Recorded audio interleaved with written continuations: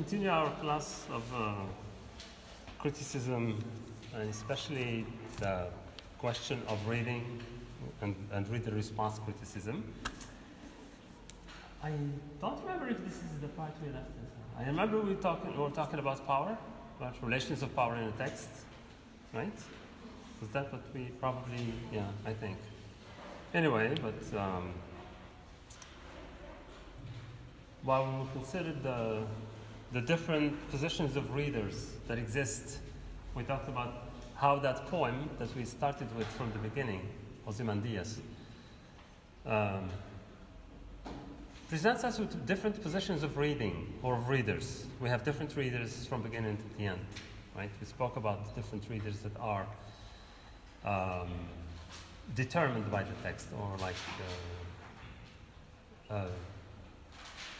what's the word? The text, in other words, the text creates its own readers, if you want. And the poem itself has readers in it, inside the poem, because we have different readers. We have the traveler who is a reader, we have the poet also as a reader, etc. So we have these different types of readers that we spoke about. How many readers do we have in there exactly? Because these are positions, we call them, predicted by the text, right? The poem itself gives us these different stages of reading, or different stratas, if you want. Huh? If we can go back to the poem, I don't know what slide, but anyway, I think it's the slide right before this one, probably. Yes? Okay. Right. Anything before that? Maybe also. Yeah.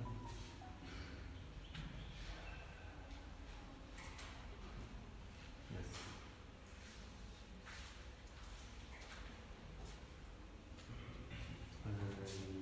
Let me go back a little further.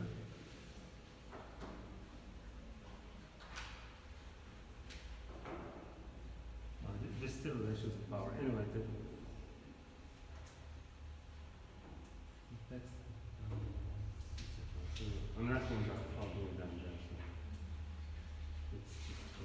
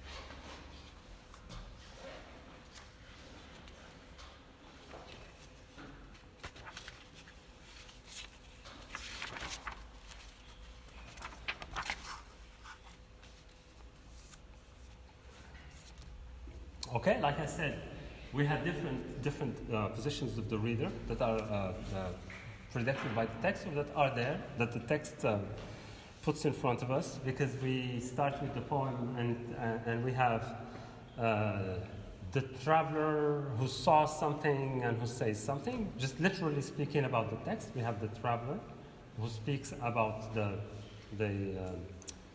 broken statue without mentioning the statue. Right? And we have the line that says that the words that appear in which there is an actual sense of reading, where you read the lines, which says, "My name is Ozymandias, King of Kings, look upon my works, you mighty and despair." Right? So that's an inscription, that is something that's written on the pedestal and that the traveler reads, but the traveler reads it to the I who speaks in the beginning, who is the poet, or the speaker, if you want, of the poem, who also reads that same thing to us, and we are also the reader of that. So there are different strategies of reading in the text. I don't know how many of you have been here since the beginning because I'm speaking about a poem and some of you are looking at me like, what is he talking about, right? And we've been working, this is the 5th week, and so if you didn't follow from the beginning, then it's a little bit tricky for you. Anyway, so we talked about the power of reading, or the power relations that are inscribed. The word I was looking for, inscribed, that means like written in the text itself. Okay, so Shelley's poem might itself be read as a kind of cold command, right? A command to read. It says like, read this, but it is, see, the fact that the poem speaks about someone who read something, right? And it's talking to us as readers, then it's also, that command is not just to anyone to the people, the actual people who can see the statue and the inscription on the pedestal, but also to us as readers. It's commanding us too. We are also in the same position. In other words, the poem, again, the poet, but behind the poet there is the King of Kings, right? Who also commands. So he commands, the king, Ozymandias commands anyone who reads or who looks at his statue to read and despair, to see and despair. And the poem, right, commands to us as readers also to read and despair too, right? It's like mirrors, like I said earlier. Okay. Are you following or are you lost? Okay, well remember the poem, because if you don't remember the poem, there is no point, right? If you don't remember the lines of the poem, I can't help you. I can only give references to the poem, but if you don't know it, then it's a problem. Anyway, so that's the idea. The idea is that there are different levels of reading and that each one exerts a kind of power on whoever is listening, right? Even the poem himself, the poet himself, Shelley, is also exerting a power over us because he gave us this thing and we have to read it and we have to make sense of it, right? And so there are different kinds of reading. Now, but any reading of the poem must constitute a form of resistance to such a command, right? As readers, we don't have to obey, right? We don't have to obey the readers. Even the sculptor who read, remember that there is also called sculpture, the artist who made the statue also read something. He read the facial expressions of Ozymandias and put them on stone, right? He carved them or he sculpted them on rocks. And so he's also a reader. But he was ordered to do the same, to do that. He was ordered to do that by the king. He said, make a statue out of me and I want you to make it so that it expresses my power and my might, right? And he was trying to do that. That's what he tried to do. And the poet tells us that he did it well. But it's not the poet who says that. It's the traveler who says that. And we have to take his word for it? Do we have to? Can we trust him? Or her? Can we trust that one who told us, those passions well read? Is that like those passions well read? Someone? Do you remember the poem? What does it say? Those passions well read. And he says, yes, he read them, and it's an affirmation. It's an affirmation. He said he read them well. And we take it that he knows what he's talking about. Whoever is speaking, I don't know who's speaking there because we're lost, okay? We can get lost in there. But whoever says that affirms that the artist was a great artist because he knew how to read the passions. He knew how to read the feelings, the characters, and the psychology and personality of Ozymandias so that he can put it on stone. And we take that from him. We haven't seen that. We haven't seen the statue, have we? No, we haven't seen the statue. We don't even know what it looks like. And we take it from him that it's good. It's a great work of art. Because they stay there since then. I don't know when that was. What century it was? It's like 10 centuries ago. Who knows? Maybe more. No, actually more. And so we are supposed, or we're expected, to follow and to trust what the speaker says. who himself only relies on someone else, who relies on someone else. And it's like an eternal going backward, going back to find who is the original, right? To find the origin of those inscriptions and the whole thing. Because the artist copied something and he was ordered, right? Remember that the artist, the sculptor, was ordered to do that. And if he was ordered by someone who is powerful, who can crush him like an insect, what would he do? Can he resist? Can he do it? Well, he has to obey, of course, right? Because if he doesn't obey, well, then maybe he's just lying when he says that he well read those passions, right? Are you following? Okay. Because if he was ordered to do that, he was commanded by the king to do that. He may have just did what the king wanted to see. And in which case he is lying. In which case he exaggerated things, in which case he mocked. He copied, in the sense of copied, but he did not really copy. Because copying is based on the idea that you copy something faithfully, right? But mock has also this meaning where it is to make fun of something, to ridicule something. And so he may have exaggerated those features in a form of mockery, right? And that's a form of resistance to power, because the power was from top down, right? He is the thing. And the reading that we get also from the beginning, from the speaker to the traveler, to the artist, to us, because we are we're the last ones, right? We are the last ones to read the poem after many people have read it. Us too, right, are in that order of power, which we come at the end, and we have to receive the text that it is, and we have to accept it as it is. Traditionally, conventionally, we'll read it as words of wisdom, as something meaningful, of great significance for our times, for all times, timeless, etc., etc. And that's the reason why we read all these poems for them. But we have also to be careful not to submit to that predetermined kind of reading. That poem has been read in terms of romantic irony, right? The romantics being people who were looking at the world and the might of human beings, etc., as completely ridiculous, because at the end they died, they disappeared, they leave nothing behind them, just like Ozymandias, right? He was a great emperor or whatever, but at the end there is nothing left of what he did. Maybe just his name and some of the memories that people keep. But most of what he did is dead. It's all just the desert around him. And even his statue is just pieces, it's all broken. And so this is the sense of this irony, right? And so it's handed to us in this form.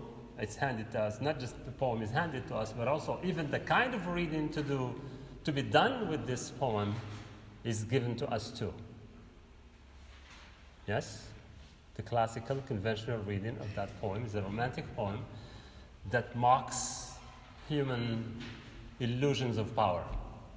That's what it is. But this is not what we want.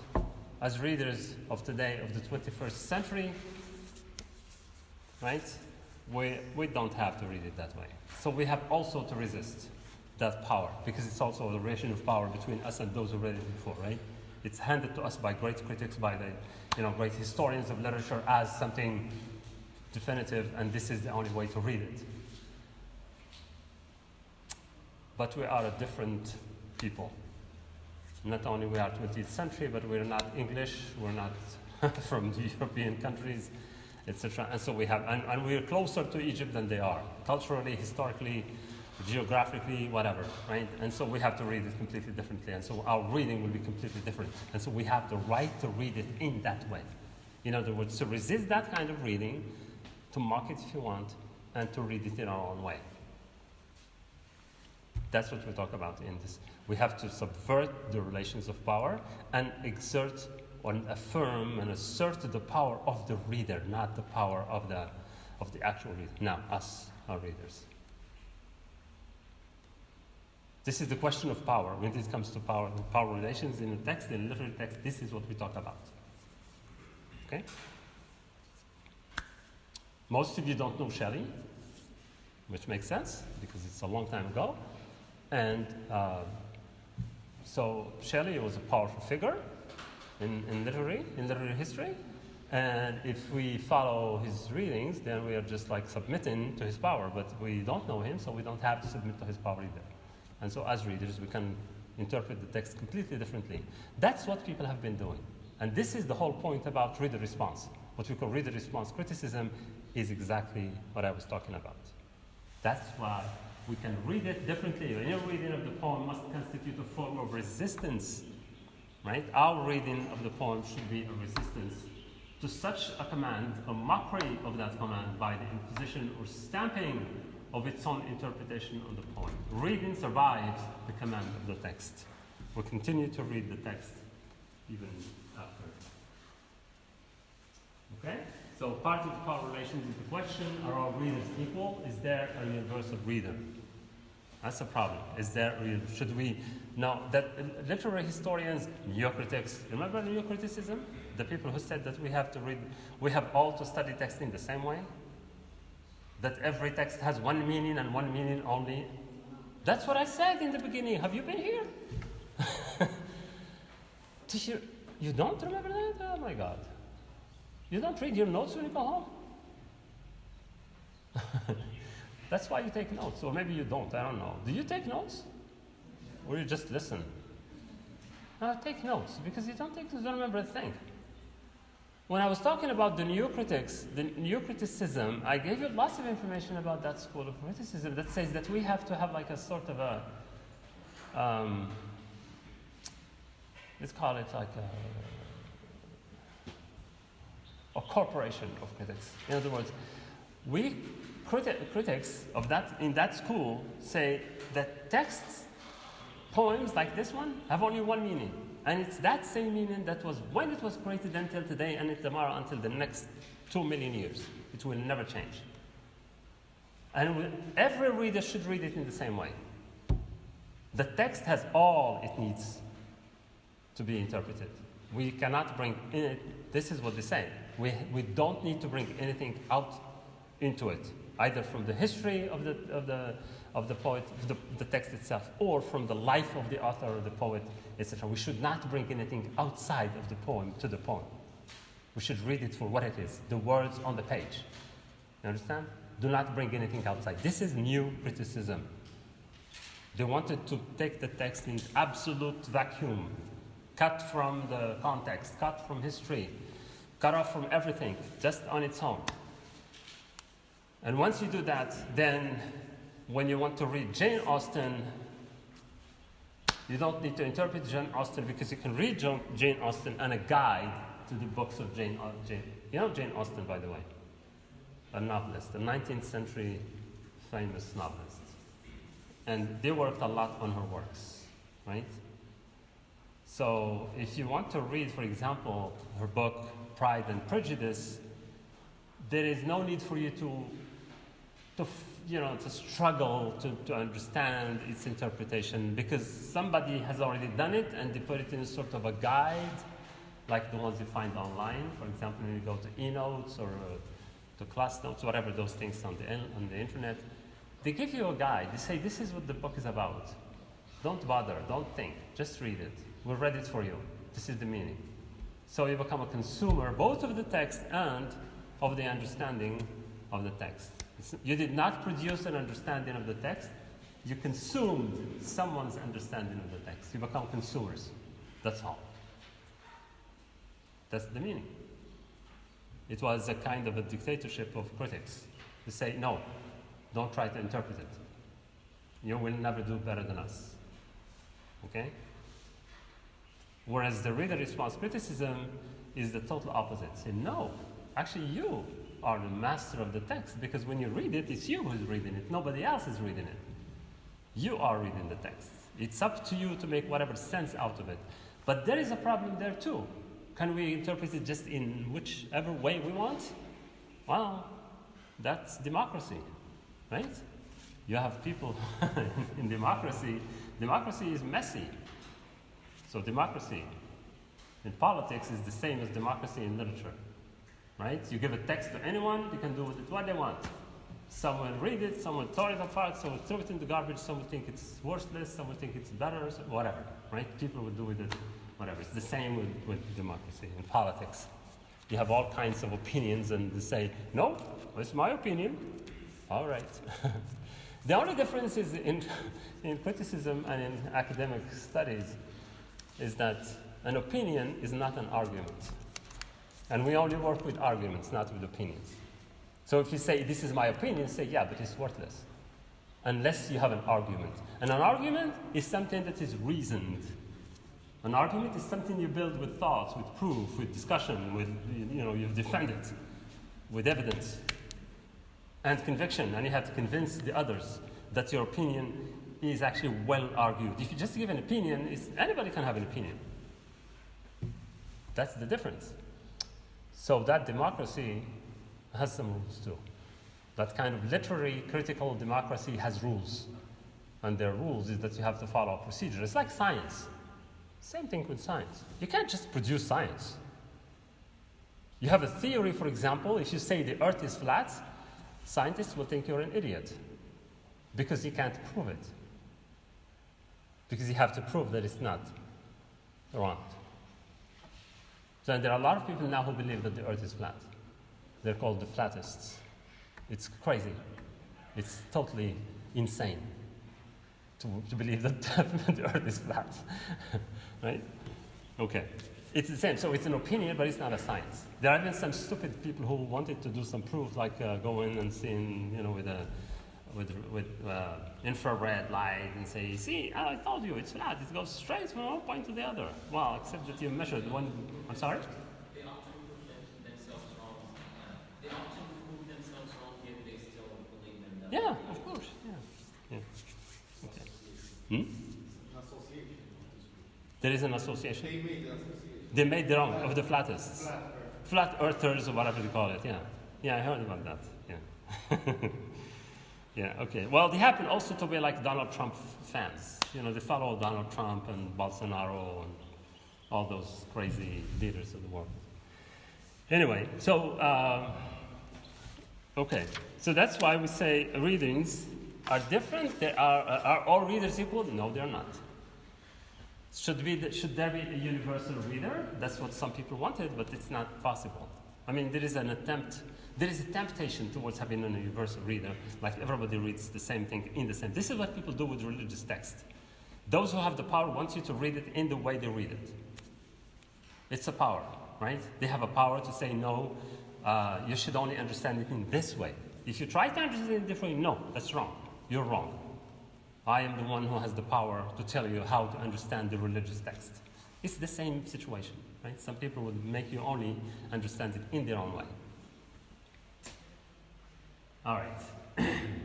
So, if that exists, that would be male, white, heterosexual, upper middle class. This is in keeping with the poem, right? The poetry. The new critics, for example, were exactly this. Most of them were men. They were English Americans. They're all from upper middle class society, and they have their own. In other words, there is a context behind them. There's the conditions in which they lived dictated that kind of attitude, and if you're not in that, then you are out of it. If you're not a man, if you're not a male of a certain age, of a certain class, of a certain education, your reading is totally irrelevant. You become irrelevant, etc., which is unfair. So, therefore, many other categories are excluded. So, for example, women were excluded, the non-whites were excluded. Now we are in a situation where I have seen examples of students, and actually students who wrote their doctorate dissertations, who are doctors, now from this university, from other universities in Morocco, and when they work, there are students of English, but they do their dissertations on Moroccan writers, Moroccan things, etc., and no one dares to study, for example, English, American, Australian, English books written in English by English-speaking people from Nigeria, from South Africa, from Australia, New Zealand. You know, the English-speaking world is huge. India, Pakistan. There are lots of writers we can write about, but they choose to write on Moroccan writers because they were told that, what do you understand to those people? Why don't you just work on something that's close to you? See? And they become excluded from studying, for example, American literature or English. They exclude themselves. Like they can't do that.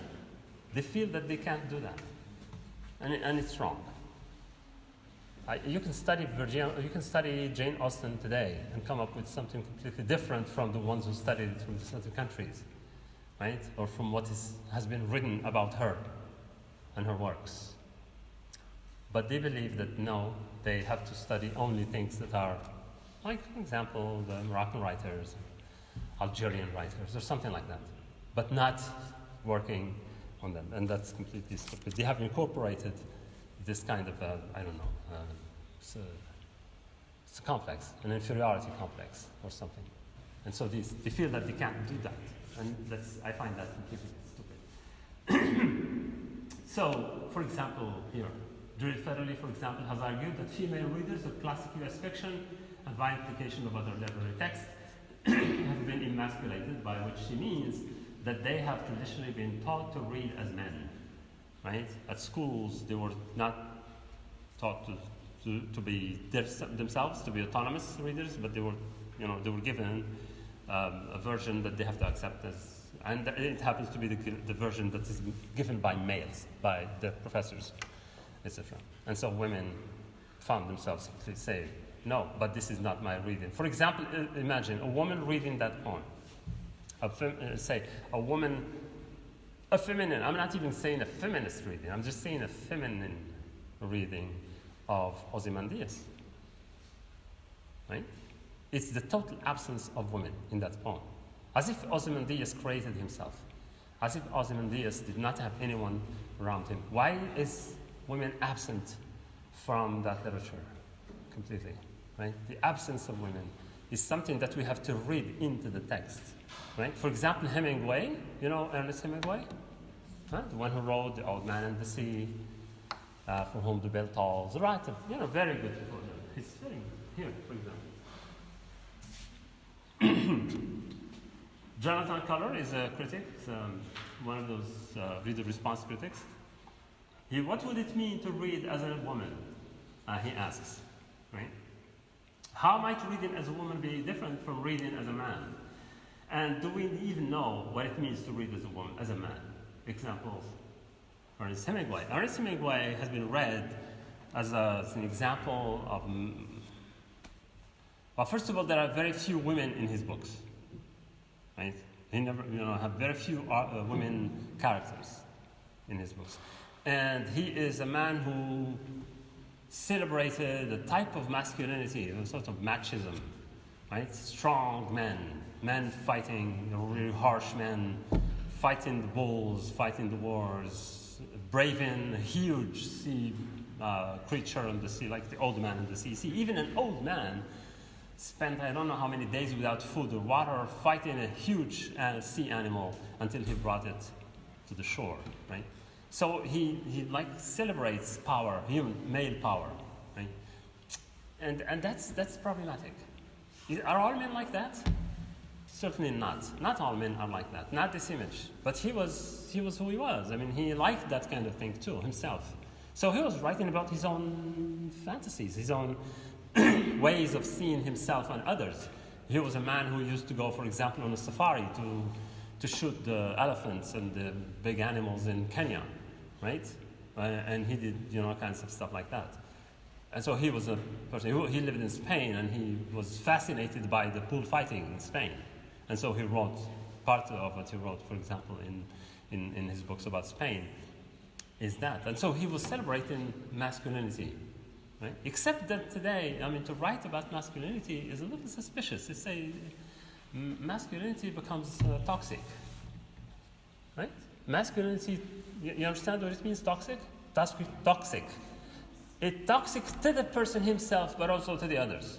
They become intoxicated with their own view of themselves. Men who become like drunk with manness. They're crazy about this. They have to impose their will on everyone. They have to, and if they see someone, even other men who are not like them, they think of them as that's like a woman. They think of them as women, not to speak about women. So that kind of reading is also possible in such texts, where you say, no, actually when you do psychoanalysis, you find that this man suffers from something else, probably because he was emasculated, or that something happened in their childhood that made them have this fantasy about power, right? Most powerful people, and most people who wanted to have power, wanted it for some kind of frustration from childhood or from adulthood even sometimes. Like Hitler, for example. Hitler was considered as a nothing in his class. He was even refused entry into an art school. People thought of him as like, he's an idiot, he's not an artist. They told him, you don't know anything, go away. Right? And when he became powerful, he eliminated art from the thing. He said, there is only one art, it's mine.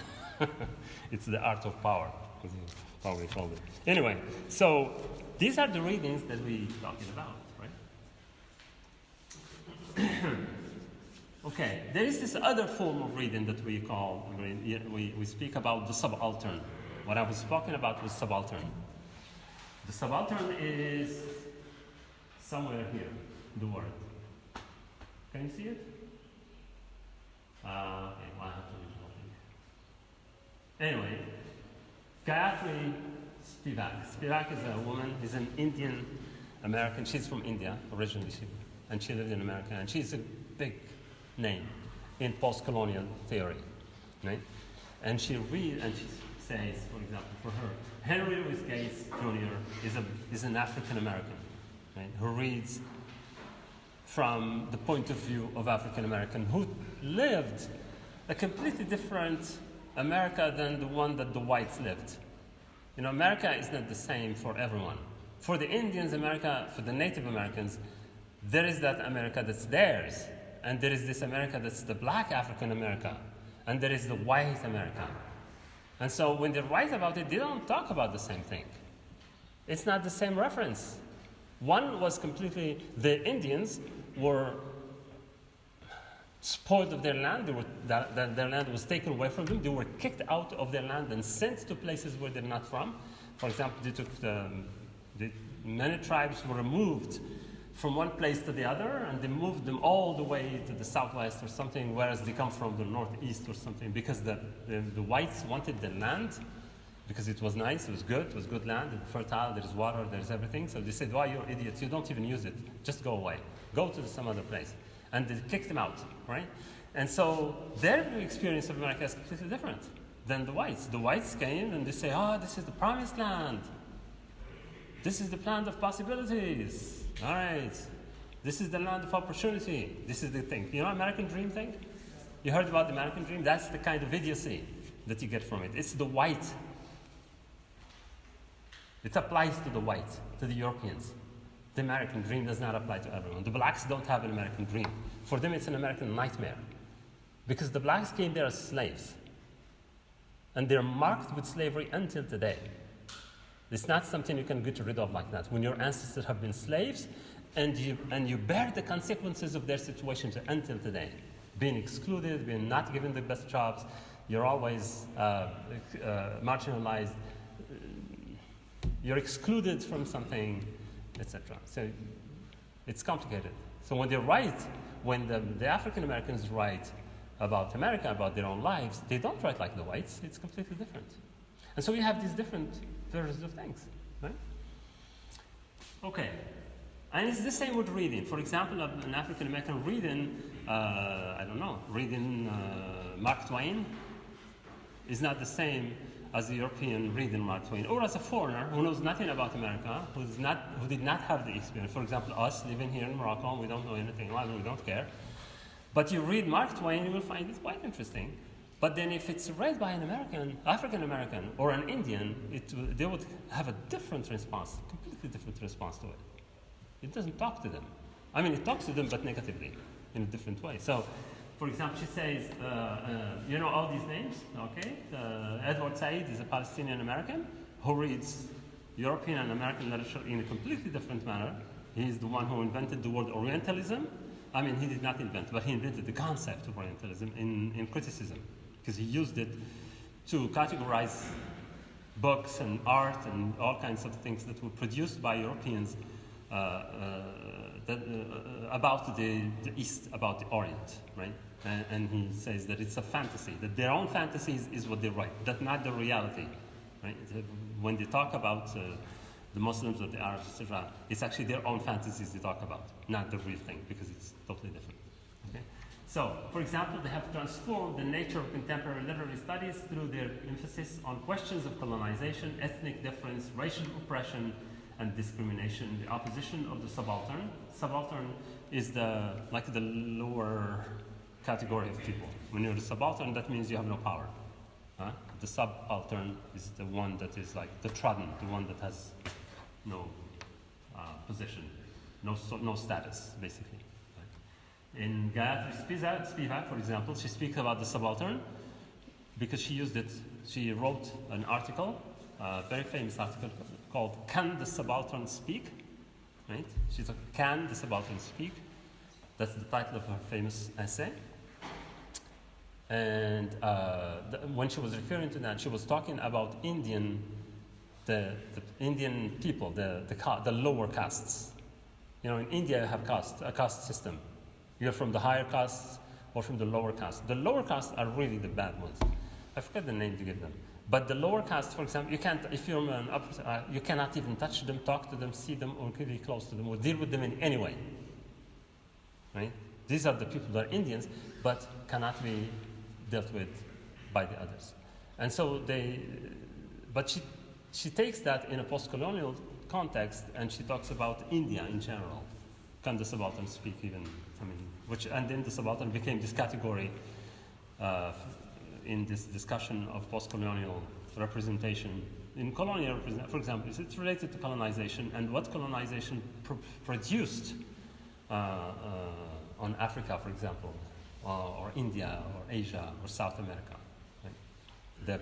The books, the writings, everything that was written from this perspective of power by the whites, turning the others into basically savages.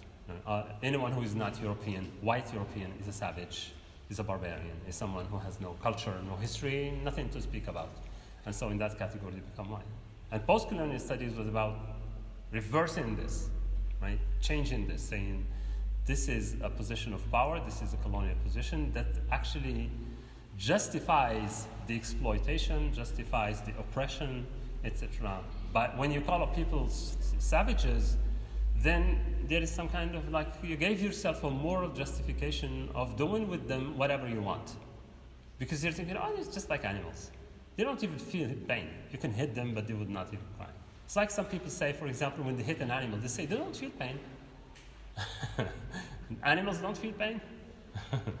Right? It's the same. Okay? Okay, the West and its construction, the position of the subaltern, the West and its construction of the other, imperialism and Orientalism. All these categories are spoken about, and they are positions from which we read or write, right? We can read texts from an anti-imperialist position, right? You see in it the signs of imperialism, or if you read it from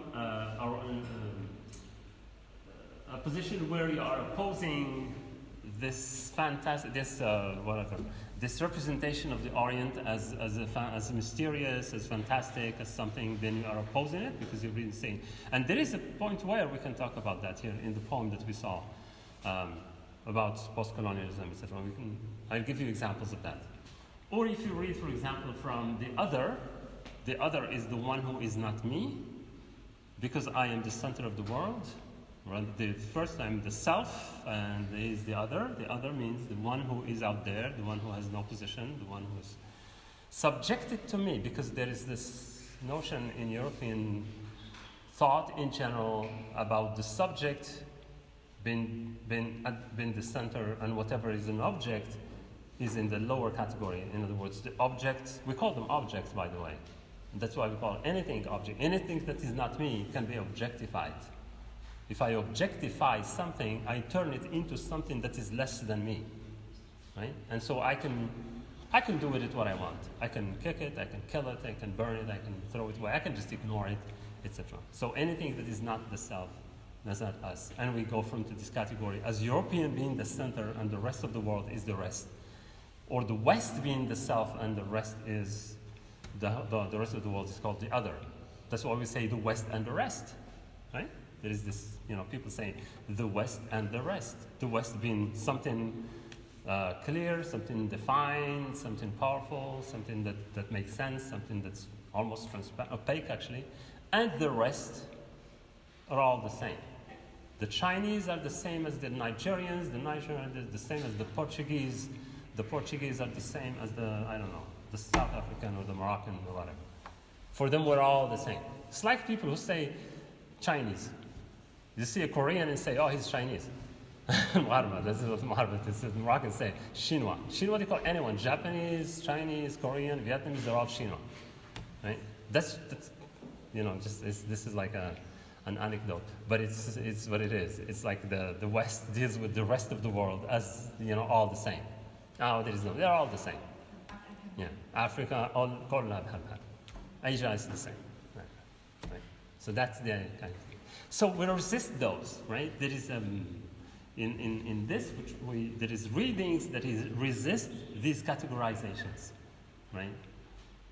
And so when you read, for example, that poem, Ozymandias, why does he say, for example, that Egypt is nothing but sand? Well, if it was the 19th century, Egypt was not the sand. It wasn't just sand. Sand is the desert, but Egypt is huge. Cairo is 10 times London, or maybe 100 times London, bigger than London. Like, even the public population is like, I don't know. What's the population of Cairo? Huh? You know the population of Cairo? Al-Qahira? Huh? It's more than 20 million. Huh? It's probably more than 20. Well, maybe 30 million or something. It's huge. It's extremely big. You cannot even imagine how big this is. You take and then you can London. I mean, London what? It's like a drop. If you took London and you put it inside Qahira, it would be just like one district. Right? In Cairo. But, because Europe thinks of itself as as something superior, anything else is nothing. And we'll see about that. Okay? There is fantasy also. Why does he say, I am the king of kings? I am sure that there was nothing like that on the pedestal of Ramses II. But it's just an imagination. It's what Edward Said would call that Orientalism. This is what he calls Orientalism. Because the idea of Europeans, when they talk about the Orient, right, they create this fantastic, this imaginary Orient. And the features of that Orient is like unlimited power of men. They have these crazy power-seeking leaders. For example, Ramses, even our understanding here in this country, when we studied history since in high school, in mid school, etc., we're studying about ancient Egypt. We read a little bit. I don't know if you still do that, but I did it when I was in middle school. We studied a little bit about Egypt, ancient Egypt. And we were given a European view of Egypt and how Ramses was like this tremendous person that everybody was like a slave to him. And we have also this vision that the pyramids were built by slaves. It's absolutely untrue. It's not true. The people who built it were not slaves at all. There was a social system. There were people who were paid. They had cities and they had lots of things in there. These things have been discovered later on. But the vision we had is this vision of this immense power of those leaders. And so they can kill anyone and they can do whatever they want. And that's an Orientalist view, what we call an Orientalist. It's an ideology. It's a form of thinking of the others as something that is irrational, someone who is not us. Can you wake her up? If she wants to sleep, she can go home. That girl next to you, yes? If you want to sleep, go. You don't come and sleep in my class, right? I'm not doing a show. Okay.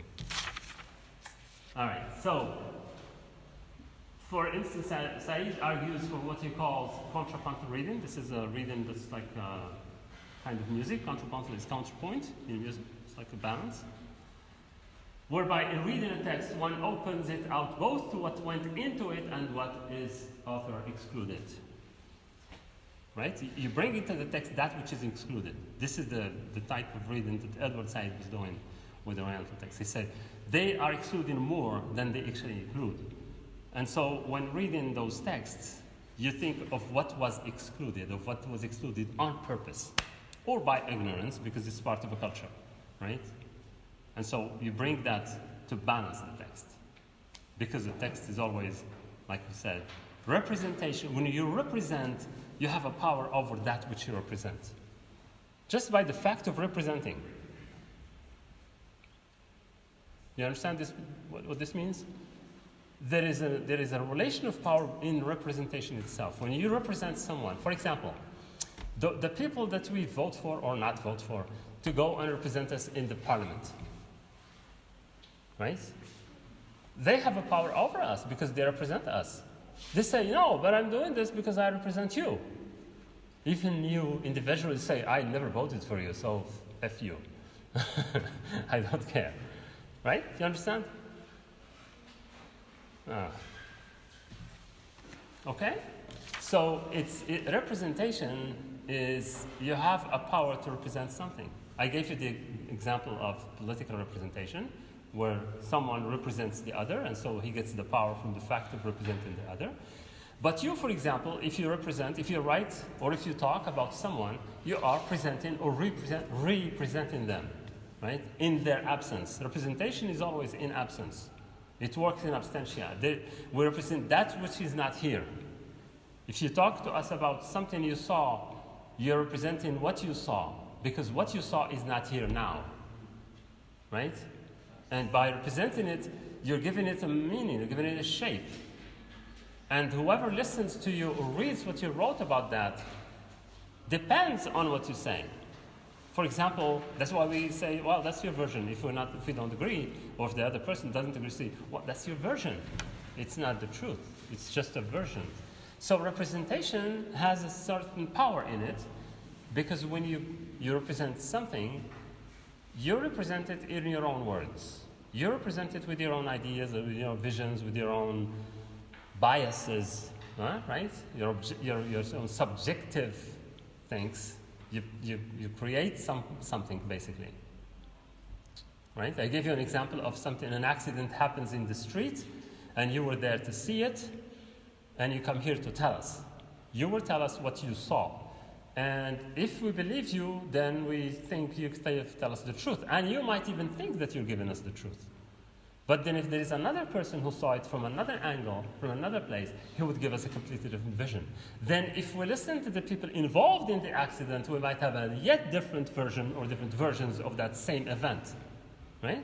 And each one will claim authority and position of power over what they have seen or what they have experienced. And so representation entails power. That's why, for example, you don't like films or books or anything that misrepresent, according to you, for example, misrepresents Morocco. I gave you the example last time of that woman who was very mad at the film director because she told him, you misrepresented Figig. Right? She was extremely mad at him because she thinks that he has a mobile. Of course, by doing that, he has access to lots of people because it's a film, so it will be seen by millions or thousands at least. And then that gives, his vision will become something that people will take, or at least see. But you, for example, that woman, her vision is to herself. Even if she protests, but that's limited to what she thinks and to people who heard her then, but it's not going to have an effect on that. And so when, for example, that person or another person sees that same film and doesn't agree with representation of something, of a culture, of a place, they can read that, they can reread it, right? supplementing the missing parts, doing a contrapuntal reading, the things that the author or the filmmaker did not include, or the things that he excluded. So you can you do some kind of remind, say, well, the film says this, but actually there is more to it than that. There is this and this and this. And so you supply all those. In other words, you fill the gaps. Remember the fill the gaps, right? The reader that fills the gaps, because there are lots of gaps and you have to fill the gaps. And so it gives you a completely different reading of that film, right? Because you feel that there is, I'm talking about a film, but this could be a book, it could be anything. All right. Any questions so far?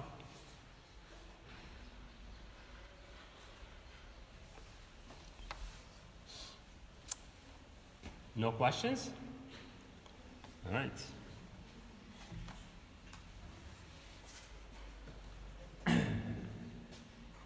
This is the case of black people, for example, reading from that position of black people.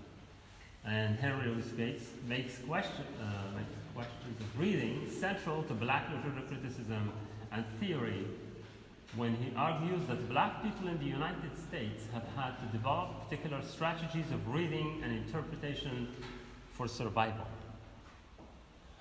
He said, black people have always been masters of the figurative, saying one thing to mean something quite other.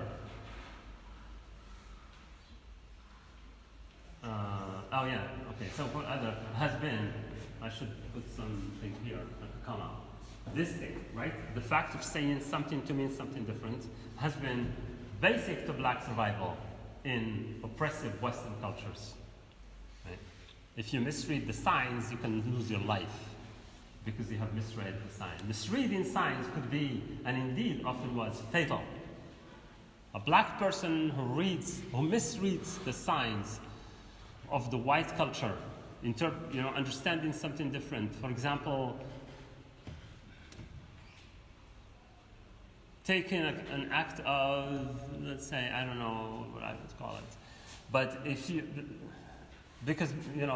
think about slavery and oppression, it's about boundaries that you put to people. You put boundaries. You say, this is the boundary. Don't come over it. Don't cross the boundary. But if you did not understand that there is a boundary and you crossed it because you misread the sign, there is no sign. It's just like a metaphor of a sign. And you cross the boundary by getting closer, by touching a person, by using some of the, for example, give you examples of slaves, of maids, for example. Maids. The maids in a house, even in this country of our own, right? If a maid uses something in the house where she works, she can pay for that. You understand what I'm saying? The maids have limits. The families put limits to the maids. You don't eat with us. You eat in the kitchen. When the families have a meal, the maid stays all day, she even sleeps in the house, but she eats alone in the kitchen. She will not eat with the family. There are exceptions, but most of the time and especially in this context, what he's talking about in slavery, etc., where women and black people were slaves, they had their own quarters. They can't eat the food that they have cooked for the masters. They eat their own food. They have to make their own food. They can't use their bathrooms. You have to use your own bathroom. You have to keep clean the bathrooms of your masters, but do not use them. Right? There are boundaries. And those boundaries are not written on a piece of paper. You're supposed to know them. And if someone forgets or misreads the signs, they're punished. You understand this? Okay, that's what it means. And so it doesn't just apply to black people in slavery, but it applies even in Morocco to people who are working in families, in houses. It's very common. This is really something you see. I don't know if you have seen examples, but I don't know if you have maids in your houses. I don't have a maid, so but I know what it's like. All right. So reading, in this sense, was not play. it was an essential aspect of the literary training of a child, he says. Right? So children, black children, would know how to read the signs better than the others, because they know that if they don't read the signs well, they will be punished. Okay? Okay, so is this clear? I don't know if I made it clear or not. Okay. So reading questions concerned with race, with the questions of race, might start from the fact that this is English. Okay, here. We can talk about it, we can read it. The poem that we spoke about, Ozymandias, can be read with a particular interest to questions of race, right? Because he is, the poet is an English person writing for English people about someone who is not English, right? About someone who is an African or Middle Eastern or what we call it, right? Someone who is other, someone who is not them, right? From the fact that this English poem deals with a racial, cultural other, the Egyptian, African, Oriental, etc., and explores the way in which such otherness is inscribed in the poem. This otherness of this person, Ramses, right, Ozymandias, is represented as ruthless. He's a ruthless leader. You understand ruthless? Ruthless. It means?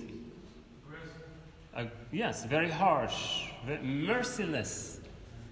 Right? He can kill the sculptor if he changed something or he didn't do what he liked. Or if he didn't like what the sculptor did, he will say, off with his head. Of course, this is all imagined. This is all fantasy. If you saw films, for example, representing a caliph, or what the French call a caliph or something, and there are lots of cartoons and all kinds of things. I don't know if you watched that. But when they represent, for example, in an Oriental setting, they present someone who is ruthless, a leader, a person. Anyone can be, any man with a certain power can be ruthless. They cut off heads, and they don't care. It's not like fun for them, right? And this comes from.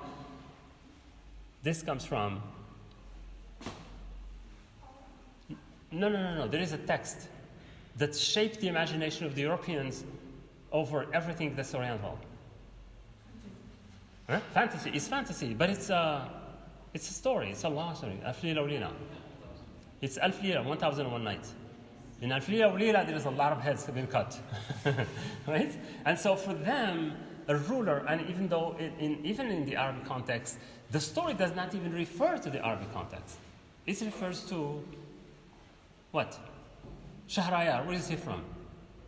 Is it an Arabic name? It's not. Shahrazad is not an Arabic name. Shahrayar is not an Arabic name. It's Persia. It's Iran. Right? Even in the context where it was read and written and talked and discussed and read by people, it was strange. It was something that's not them. In Baghdad, people read it as something that's, oh my God, this is surprising. That's what they do in Persia? For them, it wasn't.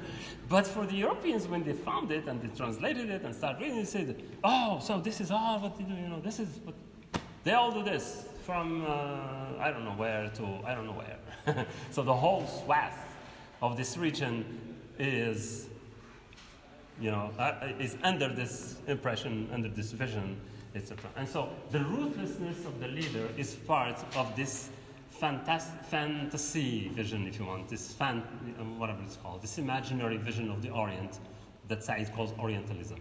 And this you find in art also, in paintings and lots of things. For example, this obsession with the harem, for example, the harem, etc. In 19th century painting, all the Europeans, especially the French, they made paintings about harem. Yeah. As a place where there's lots of women, crazy things happening, whereas it's completely stupid. But that's what they think about. And some people went into this, even Moroccans, they follow them in this view. But that's it's stupid. But anyway. So, I gave you 100 nights, that's over there. So, in case you didn't see it, when I was asking, the text is the 1001 Nights. Here. Because that's where it comes from. The ruthlessness of the leaders. Leaders are ruthless, they can kill, they can maim, they can death for pleasure. Right? And so that image is used also for Ozymandias, because he says, I am the king of kings. Look upon my works, you mighty and despair. This is the epitome of power. He says, there is no one powerful than me. But of course, this may not be true. This thing probably does not even exist. But that's the imagination of Shelley. Shelley imagines it like this because he is part of a culture that sees the Orient in that light, sees it in that way. All right. And the fact that the land is referred to as antique, for example, when you say antique, it means that's old, ancient, there is nothing modern, there is no modernity, there is nothing new, entirely faces any possibility of a contemporary civilization. It's like Egypt does not exist. That after the Egyptians, after the pharaohs, the ancient Egyptians, it's just the desert, right? After them, the whole place has become just a desert. Until today, there is nothing. There is no cities, no life, no civilization, no science, no modern life, nothing. There is nothing beside the barrenness of the lawn and level sands. And whenever there is a presentation or representation or a film or a book, etc., about anything happening in this area, it's always the desert that you go to first, right? The desert. You say the desert, right? For them, it's all the desert. So for this poem, Africa apparently only signifies in terms of a mythical past. In other words, Africa or the Middle East, etc., has meaning only in its mythical context, in its ancient mythical context. Modern context, no meaning. It's insignificant, irrelevant. What is relevant, what is important about Africa and the Middle East, etc., is only its myths, its stories of the past, not the present, not the modern times, not the current civilization or anything. Right? What is effaced from this, for example, from this poem, what is completely wiped out of the poem, the fact that there is this huge civilization that started way back before 19th century and that conquered half the world, which is Islam. Right? There is a huge civilization called the Islamic civilization that is completely absent from this because the poet was only interested in one thing and one thing only. The poet was interested only in this image of Africa as a permanently living in a mythical past, right? The Middle East and Africa living in this past that never stops, right? It's the same since the fall of the Pharaoh and the Egyptian empire, and so it stays the same forever. Okay. All right. Is this clear? Let's move on. Now we go to eco-criticism. That's actually part of the next semester's class. I teach a class called Literature and the Environment in 6th semester, and I will be using this, so we will get an advance notice of what it is now. From an eco-critical perspective, eco-criticism is a combination of ecology or ecological criticism. In other words, a literary criticism that is based on ecology, on the science of ecology, all the things we know about the world. About ecology is you understand what it means? Huh? When we talk about ecology, we talk about systems, ecosystems, right? In other words, connectivity. Nothing is disconnected from another because you touch one thing and then you alter the rest. You touch one thing, it affects the others. So if you pollute one place, you pollute all the rest because pollution spreads. One thing spreads it to another. Consequences are like go in chains. So it's a chain effect or a chain-like effect where everything touches another, etc. And so humans are corrupting the world, are polluting the world, destroying the world from every part. And so our presence becomes toxic in the world. We are not preserving the world, we're accelerating its deterioration. We're pushing it to go faster into destruction. See, we are in October and it feels like July, right? There is a reason behind this. So, eco-criticist perspective, Ozymandias is concerned with the relationship between the human, specifically in this case, an ancient human culture, and the environment. What is the environment in that? What happened there in that poem? And my reading of it, as I will give you next semester, is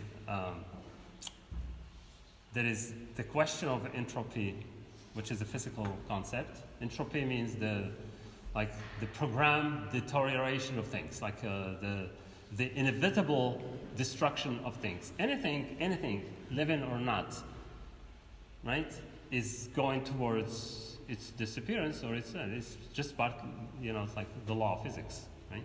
Usually when we say this, it means that, for example, human beings are born, they grow, and then they go old until they die. A plant goes in the same way. Water is in the same way. Everything. In physics, it has to do with energy and how energy inevitably is dissipated and lost, right? And it's hard to do anything about that. The world itself is like, we say that there is a theory the world is expanding, and as it expands, it's going towards its destruction, right? It's like the force that's pushing it apart and then probably will end up in a big crunch or something. But in theory, it means this. And so it's disorder, right? Humans create order. We create order. We clean places. You clean a house, right? But then if you leave it after a few days, it becomes completely dirty again. We have to clean it again. So the law of nature is that not the cleaning, it's the other one. It's nature that takes back its place. You leave this place for a few years, and you will have a jungle in here. The thing will crack, and you'll have grass growing, etc., because nature is a force. It's there. And so this whole thing that we built for this, and we forget it for a while, then it will become completely deteriorated. It will go into disorder. The order we created will be completely abandoned, dismantled, and in disarray, total disarray. So this, from order to disorder. Order is human, and disorder is natural, and it's part of physics. It's a law of physics that thinks that if you wipe the table, you leave it, and it becomes, dusty again, and you have to do it again, right? And human civilization is exactly the same. We're trying to push nature back by building roads, building houses. Why do we build houses in the first place? Because we are like this. We're doomed. We have to live under shelter. Without shelter, we die, right? And by building houses, we are doing something to stop the natural world from getting to us. Because if you don't have shelter, you will be under the sun, under the wind, subjected to the wind, to the rain, to the cold, to the elements of nature, and that will deteriorate you, because we are humans and we can't live without that. Animals are not the same. The animals can live, right? They are endowed since the beginning with capacities of adapting, of doing things. But humans don't have that. We have to have clothes, warm clothes, light clothes. We have to have shelter. We have to have cars to go somewhere. We have to have medication, right? If you leave your body without medication, you get sick, you die, right? And so taking medication is restoring order to your body. Because if you're sick, there is a disorder in your body. Something is happening. Something wrong is happening inside your body. In other words, there is some kind of disorder. Yes? You take medication, you're bringing back order into your body. Right? Okay? With the hope that it will take some time. It will last after a while. And then if you get sick again, you do it again. Otherwise, if you don't, well, your body will just do what it does. It goes bad until you die. Right? And it's natural. It's part of that. So what we do is we try to push the end back, right? We have to we have to slow down the process. We have to slow down the process of deterioration of our bodies, right? If you smoke, if you drink, if you eat too much fat and sugar, if you don't walk, if you don't exercise, you are accelerating your death. You're bringing your end nearer because your body will not stay for too long. If you watch what you eat, right, and what gets inside your body, and if you exercise, you are slowing down the process of aging and the process of your body deteriorating. That's culture, because that's part of what we do, right? We try to preserve ourselves by education, by sports, by watching what we eat, by shelter, by all of these things, by staying away from all kinds of danger, right?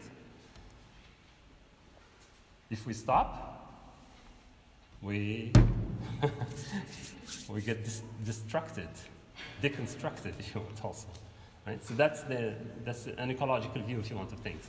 It's called entropy because the law of physics is entropy. Entropy is written with an E, like this. I will talk a lot more about this some other time, but not now. Right? And entropy, exists. We can only slow it down. We can only slow it down by cleaning, by taking care of things, etc. Because otherwise things will deteriorate, right? Things will go bad. So we have to stop it. We have to slow it. It's like with your bodies. I mean, there is a point where there is nothing you can do about your body anyway, right? When you reach a certain age and you try to whatever, it's just have to accept it. It's the same with what we do with the world. We try to, keep it as long as we can. We try to keep the water as clean as possible, the air as clean as possible, the streets, etc., until a certain point. And so by doing that, and even here, for example, we're doing what somebody called it negantropy. Negantropy. I don't know if there is or negative, if you want. Negative entropy. In other words, slowing down the process of entropy, right? But the problem is, with us, with humans now, is we are actually accelerating this. And we're turning this into what we call today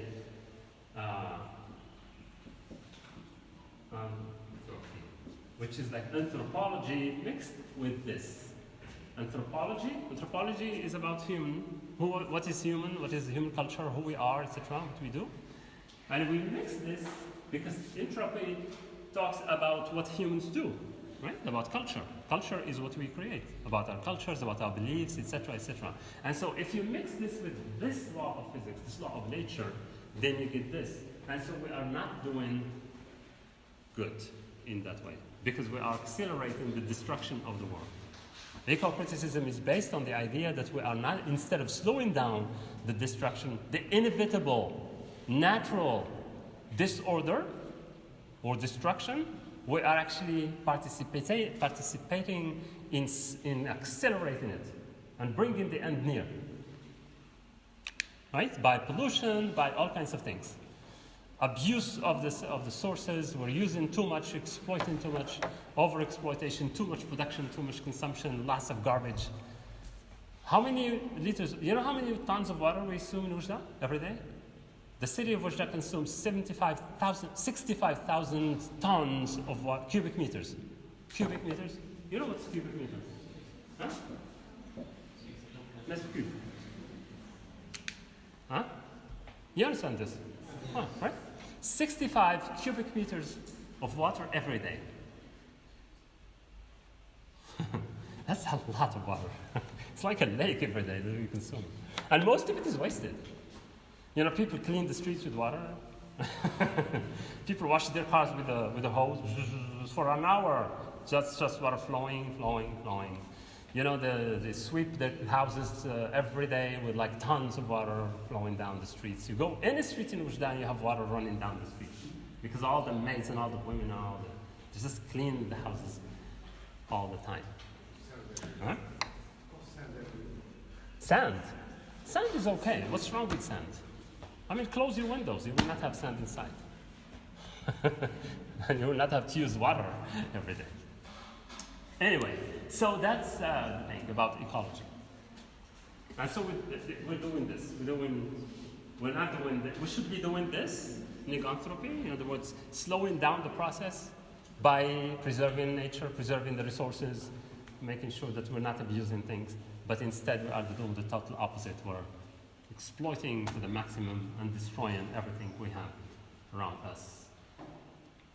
So, the relationship between the human and specific civilization. It is about the effect that a civilization has had on its environment, on what is now the wasteland, the wasted landscape. Shelley's poem would be understood to respond to the ecological destruction caused by monumental human arrogance, right? We build huge things, bigger and larger, more roads, more cities, more skyscrapers, more buildings, etc. And monumental, because he calls it human, we call it the human arrogance. We are arrogant. We want more. We want this. This desolate landscape, boundless and bare, the lone level stands, can be seen not as natural, but as having been produced by human intervention, perhaps by overcultivation or through the redirection of water irrigation, or by other geoengineering endeavors. This is actually, if you go to the south of Oujda, in the region of Bouarfa, Tandrara, in that area, the land is immense and huge. It's flat and it's beautiful, and people there, they have thousands of sheep. And for a while, I mean, the government was saying, okay, and so we have more sheep than what the land can actually sustain. And so they end up clearing the land of plants. And they never give it a chance to grow back again. Right? And so there is a desert now. They have nothing to feed their animals. Because they, instead of having a certain number of sheep that can be sustainable and continue for a long time doing that same thing, they started to have like every person who has that has like 1,000, 10,000, 5,000 heads, etc. And so they basically just ground the earth, right? There is a little rain, then a few plants come up and then they eat them even before they grow, and then which means that the seed is gone because it did not get the plant to grow to more, so that it can have more seeds, that the seeds will fall again and the next time will grow. Now even with the rain, it will not grow because the seeds have, are gone, right? They've been eaten before they had seeds, so there's nothing left. And then all you have left is rocks. Because if there is nothing that keeps the soil goes with the wind, with the water, and then you have rocks left. And that's when you go now, for example, if you're going to Figig, and if you travel south, you look this way or that way, past Jrada, you look this way and that way, it's rocks. Just stretches, just like this, bare and boundless. The sand and rocks. Now it's not even the sand, it's just rocks now. Even the sand is gone because the wind brings it over here and takes it to Europe. So that's why we had lots of sandstorms lately.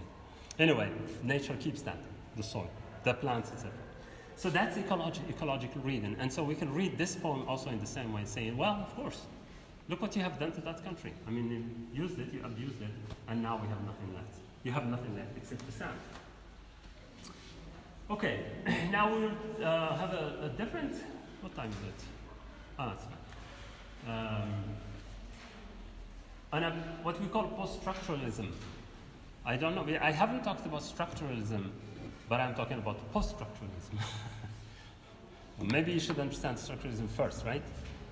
Do you know what it is? Any ideas?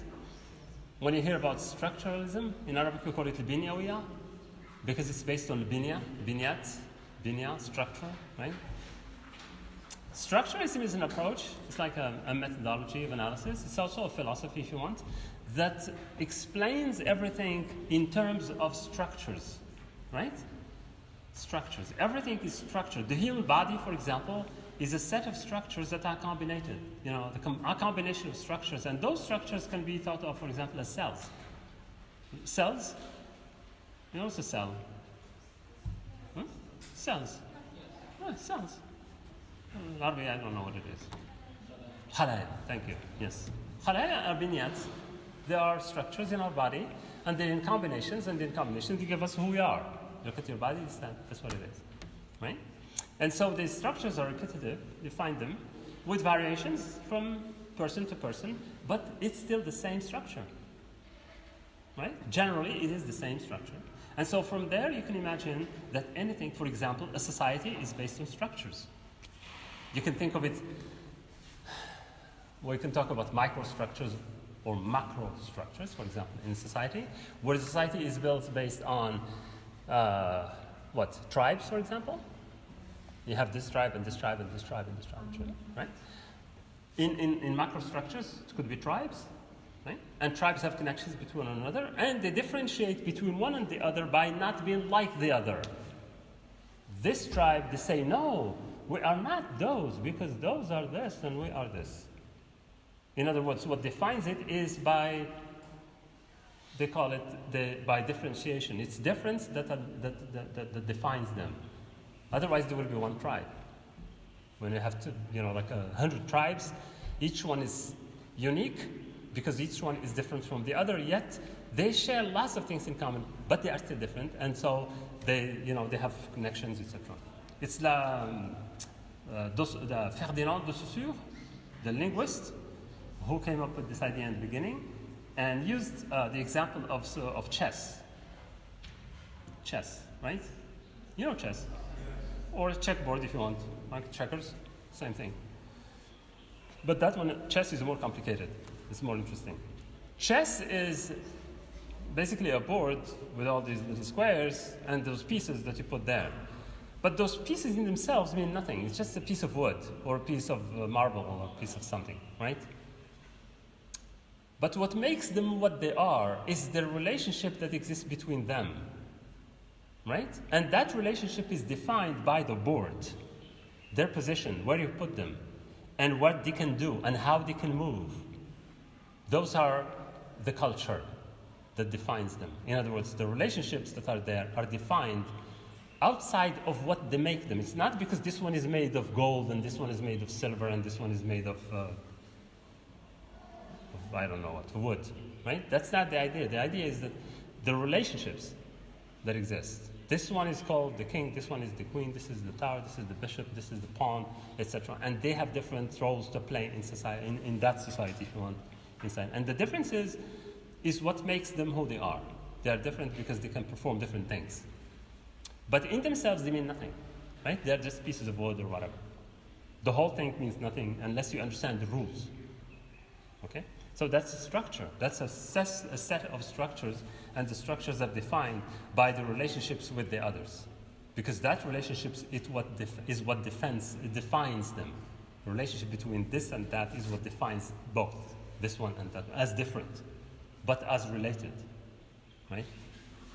That's structuralism, if you want. That is, for example, they say that about also language, and this applies to everything, to language, to culture, to science, to everything. For the structuralists, this applies everywhere. It's a permanent system that you can find everywhere.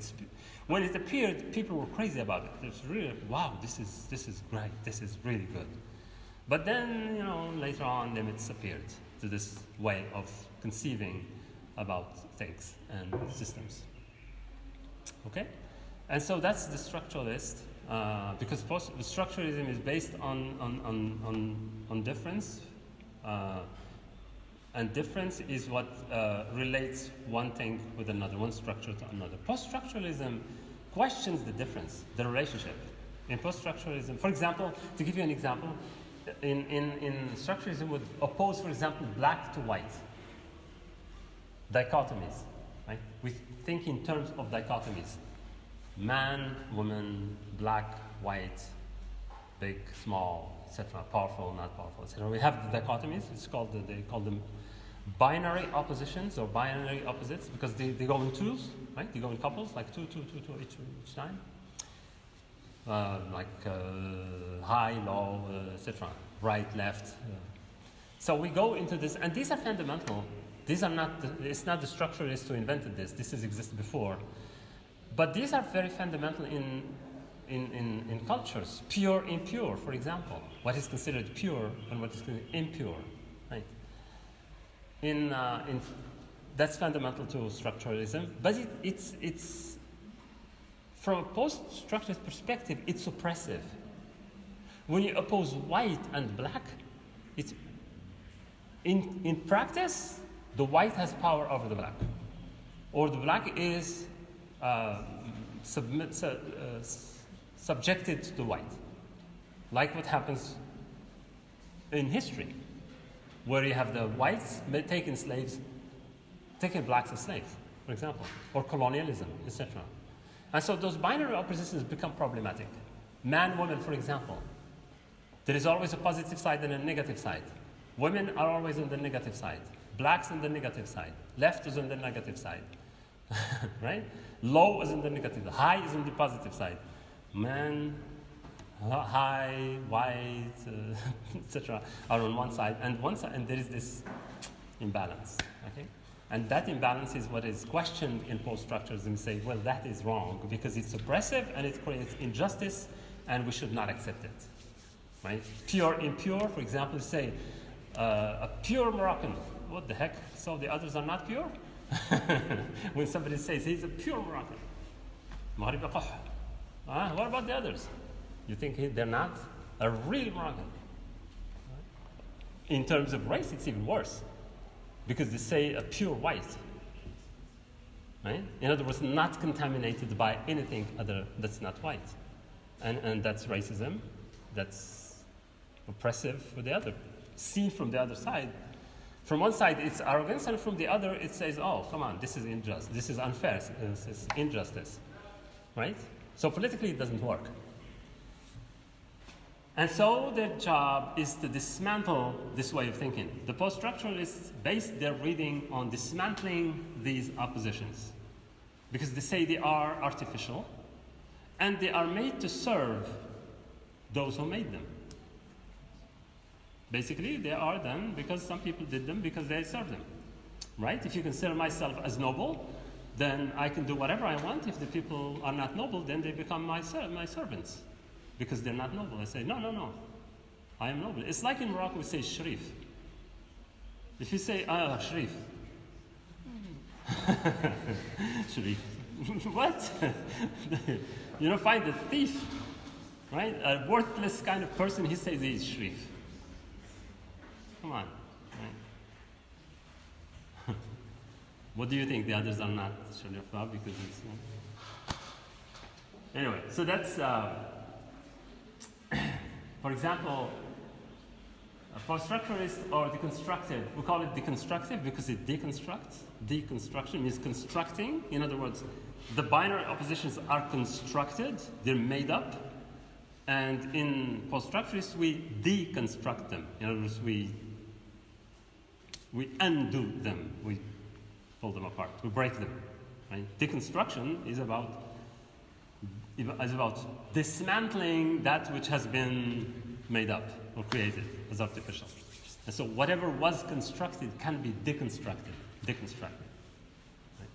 So by the constructive reading of Ozymandias might, in addition to these concerns that we talked about, trace the dispersal or the dissolution of the reader's identity in the act of reading and affirms the sense of a radical otherness which undermines all claims to interpretive mastery. And this is what I told you earlier when I was talking about how we also can read that text and not just accept the readings that have been done before and that were handed to us by critics in history books, in books of literature, in criticism, etc. And so we can do that because the readings become a resistance to the authority and the power of previous readings.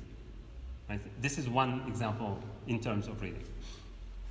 Deconstruction seeks to highlight ways in which every reading and every text is unpredictable. It's very important because structuralism, because it says that things are constituted by structures and everything is defined by these structures, then everything is predictable. You can predict how things will move. This is related to science also. In science, before they thought that if you have the atoms and the molecules and you know that how they behave, then you can predict what you can do, what can happen to them. Except that the human body, which was supposed to be the most homogeneous and the most perfect thing, because every part of the human body works perfectly.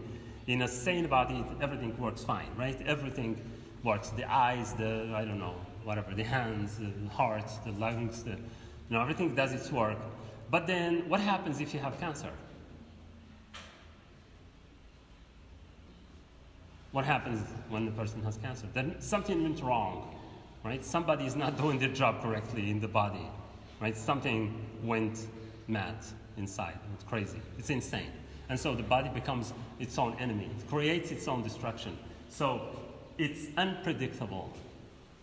The behavior of the particles in physics, For example, thermodynamics and also the physics of particles, what we call physics of particles, is exactly based on the idea that it's unpredictable, that the behavior of atoms cannot be predicted. Right? Even in experiments, the fact of doing an experiment on something changes the thing in itself. There is an alteration that happens just by the fact of doing an experiment on things. This is what happens, for example, even in social studies, when you take opinions from people, right? You go in the streets and start asking people their opinion about something. The fact of asking them, it changes things. You know, those people have not even thought about what you were talking about. For example, you go to them, what do you think about Toto? You know Toto? Yeah. The rapper. And so suddenly everyone has an opinion. But if that person was walking Toto, I don't even know who this person. I didn't know who that person was until it was on the news. So then you know, people who did not even care start to have like an idea, which is like an alteration because that person never thought about that. And the fact of being asked, he started to think. And then it's like you directed them to think about the subject that you chose and you consider important. And so you are altering a reality. You are creating a new reality. It's what the media does.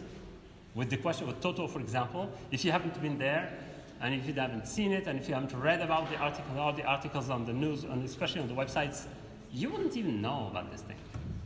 But the fact that everybody talks about it, it's all over the internet, then it's a new reality that has come up. And maybe there will be laws now. Who knows? The government will be forced to say, well, the public opinion said that we should stop this, and so from now on, no rap music, finished. If you sing, and it could be harsh because you have created something completely different from it. So it's unpredictable. People are unpredictable. Things are unpredictable. And the whole idea of nature, you know, there is what you call the theory of chaos theory in physics. Chaos theory is because you cannot predict what can happen. All right.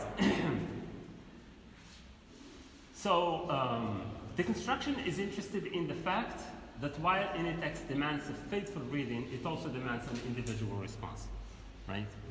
It's basic that when you write a text or you write a letter or a message, example, you send a text message to your friend and you want them to exactly understand what you meant, right?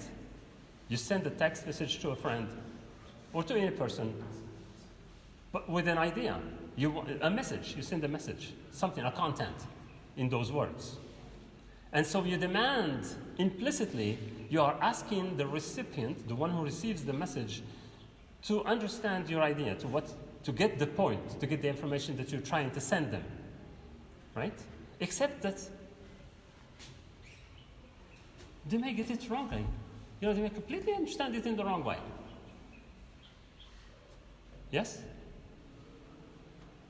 You send a text and then the person understands that you're, for example, you say, listen, I'm sorry, I can't be there, I have something important to do this afternoon. And you're canceling a meeting.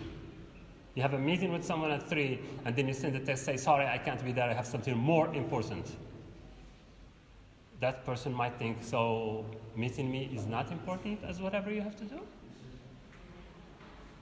Right? A misunderstanding. It could be a misunderstanding. That's why it's called an individual response. That person responded by misunderstanding your point. He read into your text something that you probably did not think about when you sent the text. The fact of saying more important would be understood that you are saying, well, it is more important that I meet this other friend than meeting you. Really? And so it creates another situation. A new reality happens. Your relationship will be altered with that person. And so you have to make excuses, and whatever, something. So you understand what I'm saying? This is what, because of this unpredictability, because it's unpredictable what people will get. So there's that thing. The reading, you want your friend to read it faithfully, in other words, to read it with what you intended, but that other person reads it in a completely different manner. Because he's doing an individual response. He's doing an individual reading. And so that might not be very good with what you expected. Okay? Any questions about this? Yes.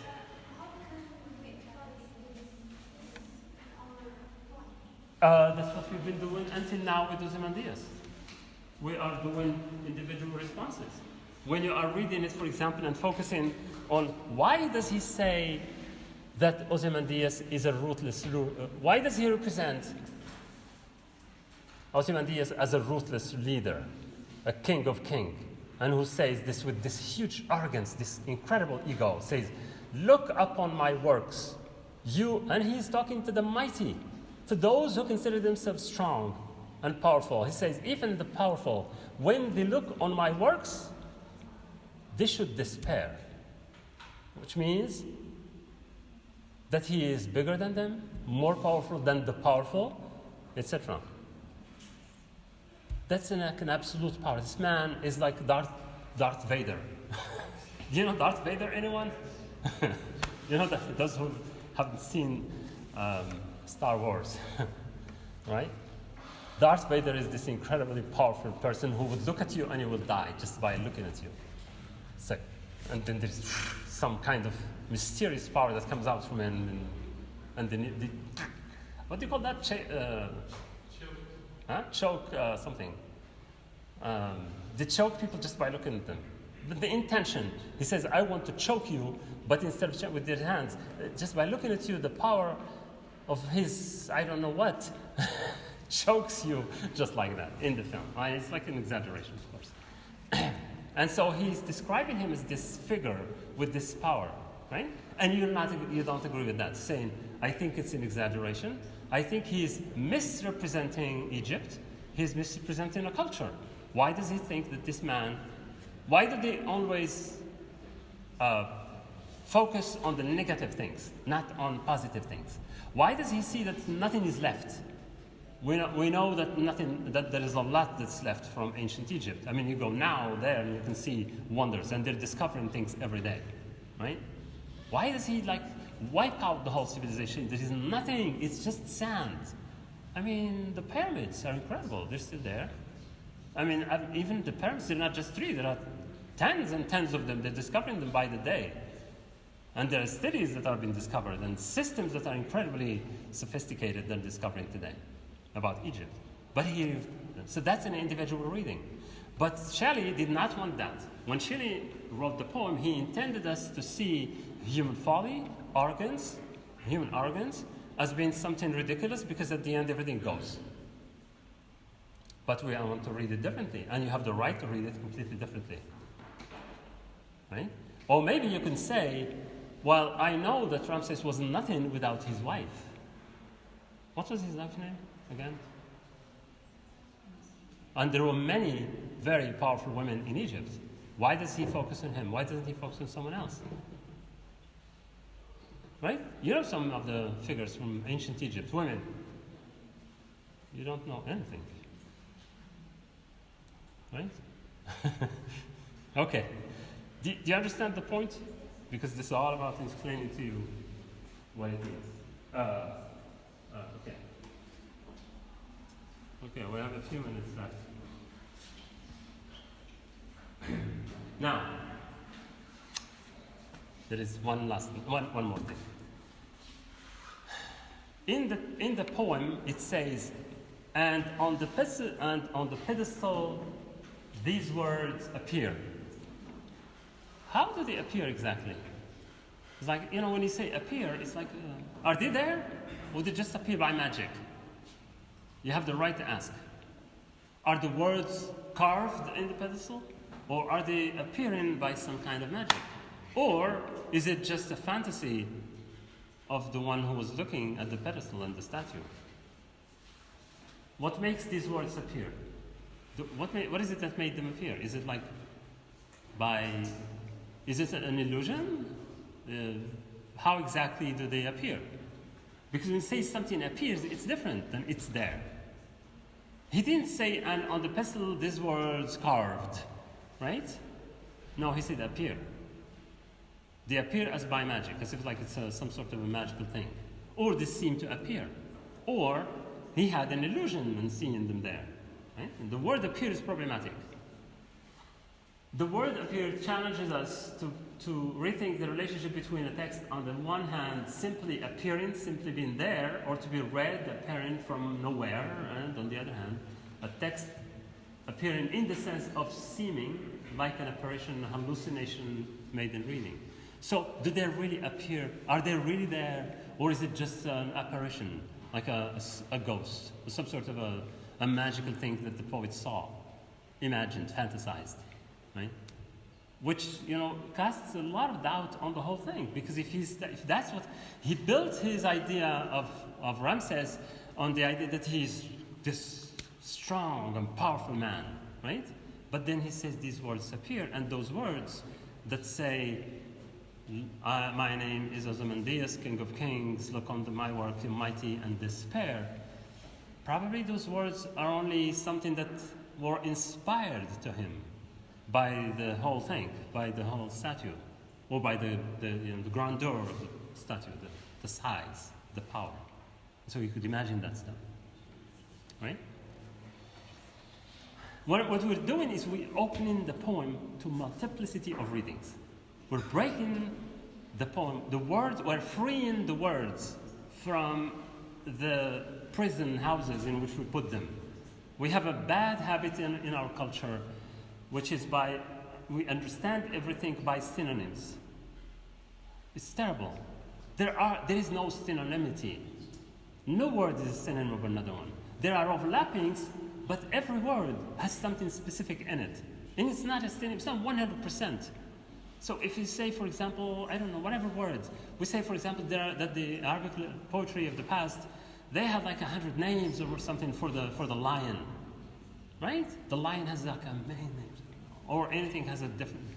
It's not because it's just like that. No, but each one, if you read them and you really look into the history of each word, you will find an incredible culture behind it. It's not nothing. It's not just like a synonym that's put there one by one. No, they're different. It's the same with the names of Allah, for example. We have 99 names of Allah, and then they are not the same. You can't replace one by the other. Each one means something different. But put together, they mean an infinity of capacities and capabilities. They're not limited to 99. The 99 is a symbolic word of the infinite and the limitless power of God. The infinite and limitless power of God. That's what 99 means. And those names. But they're not synonym one another. They're completely different. And that we make a lot of mistakes by thinking in terms of synonymity. That's one is synonym of this one, etc. And so, what is this? You say that. No. Well, actually, there is more to it. And so up here, we come there. And so in doing this, we are breaking free, right? We're breaking these words free. We get them out. We free the words of poetry and literature from the prison houses of common sense. Common sense is the thing that we do every day. The simple, everyday understanding of things in life, and we understand with that vision, what our everyday, ordinary, daily use of language. When we're dealing with these texts, we have to go deeper. We have to see completely differently. And so the words will be freed from that limited or limiting vision of everyday use of language. So, is the text there, or does the reader make it appear, or imagines it? I mean, the one who says that the text, the words on the pedestal, are they really there? Or is he imagining them, and by imagining them telling us that they are there, and we think they are there? And so he makes them. In other words, he imagines those things, and then he makes them appear, and he creates a new thing. He creates a reality. Huh? Many readers' positions are offered by the poem, like we heard about that before. I've talked about this. Jacques Derrida is a French philosopher. I don't know if anybody heard about this name.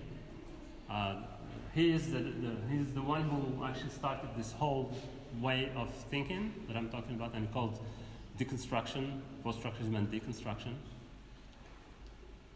Has referred to le délire de la lecture. You know, in French, lire is to read, lire, right?